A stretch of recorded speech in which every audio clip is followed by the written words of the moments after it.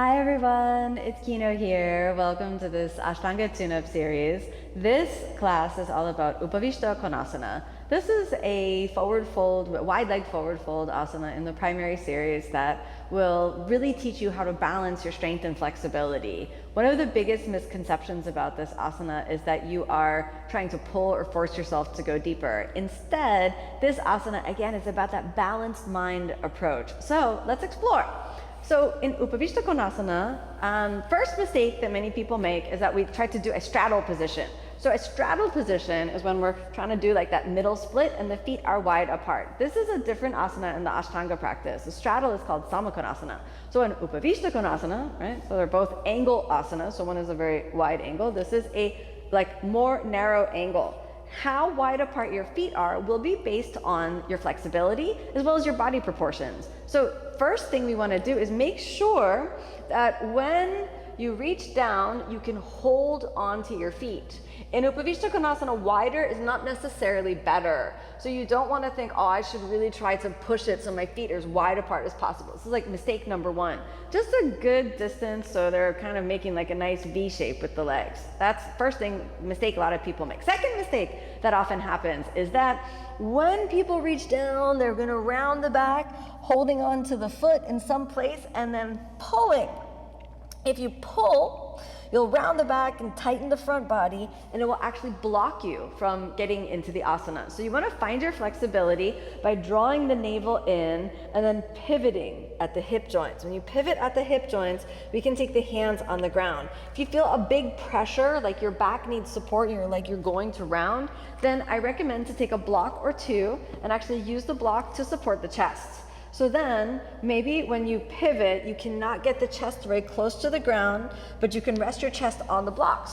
Then reach down and flex the feet.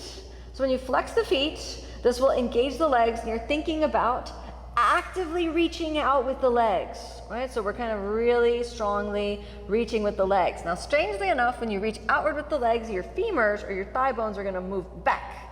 So you don't want to try to push the femurs out. We want to actively reach with the legs, but draw the bones of the pelvis in. Next, we're thinking that instead of pulling with the arms, I'd like to see if you can actually just stabilize the shoulders and get the feeling almost more like you're pushing rather than pulling. And the stabilization with the block should allow you to find that. So just hold that for a moment. And then you can explore, can I remove a block? So we'll pivot at the hip joints. When we reach down, we find the chest on the block. The legs are active, the femurs moving back, but the legs reaching outward. Sounds confusing, but just try it. Then straightening the arms. Here's where there might be some natural adjustment to the distance of the feet. We're giving a light pull to stabilize the shoulders, and then exhale, stabilizing. Okay, so you can test out, does my body feel good? If it feels good, we're gonna pick ourselves off. We remove the block.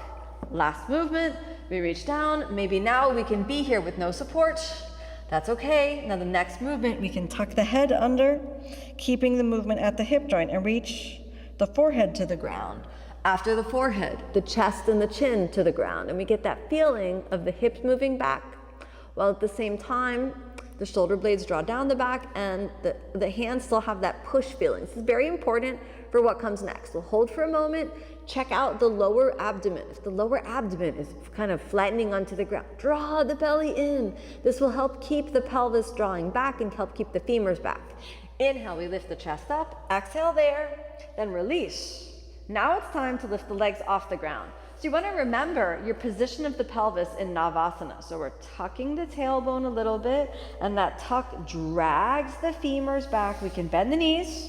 If we're using the blocks, we may be able to hold on to underneath the knees. If we cannot straighten the legs, it's totally acceptable to do this asana with bent knees, separating the knees. Next, extend the legs. Perhaps you can hold on to your ankles. And now, instead of pushing with the arms, we're gonna let the arms gently pull. So we change the arm position. And now, instead of the legs rooting down, we wanna expand with the thighs. So we're now really feeling how wide apart can my legs go while I keep holding on to them. Eventually, you wanna hold on to the same grip. So you can hold near the heel, almost like you're grabbing the arch of the foot, and then avoid rounding the back and collapsing the collarbone. Lift the collarbone up, point the feet, and then separate the legs, and we're kind of balancing on that place between the sitting bones and the tailbone.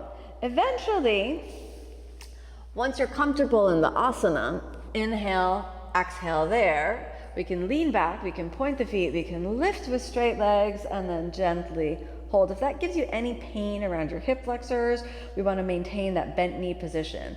When we look up, we're not just looking forward and up, but you want to look all the way up to counterbalance. The navel draws in and get that kind of delicate balance for a moment, a way to test to see if you have the balance supported by the core of the body. So lift the hands up, release, hold it for a moment, reach back, hold on to the feet, and then you find your way into Upavista Konasana. So again, biggest thing to watch out for is just forcing the flexibility. I really recommend that you use the assistance of the blocks. If your flexibility is not established yet, you can't snap your fingers and boom, flexibility comes into the body. We want to work slowly, understanding that flexibility is also about accepting our own limits for the day, and then over time, letting those limits slowly shift. So take this information and let it inform your Upavista Konasana. Most importantly, don't mistake one asana for another. Don't be doing a straddle position while you're working on this asana. Save the straddle for later and just work on these foundational principles of that kind of V-shaped forward bend.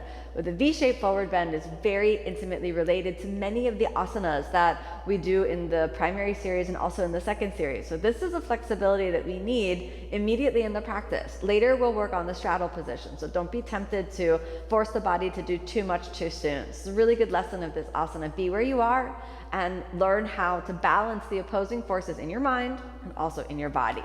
I hope this informs your practice and that you take the inspiration to keep practicing.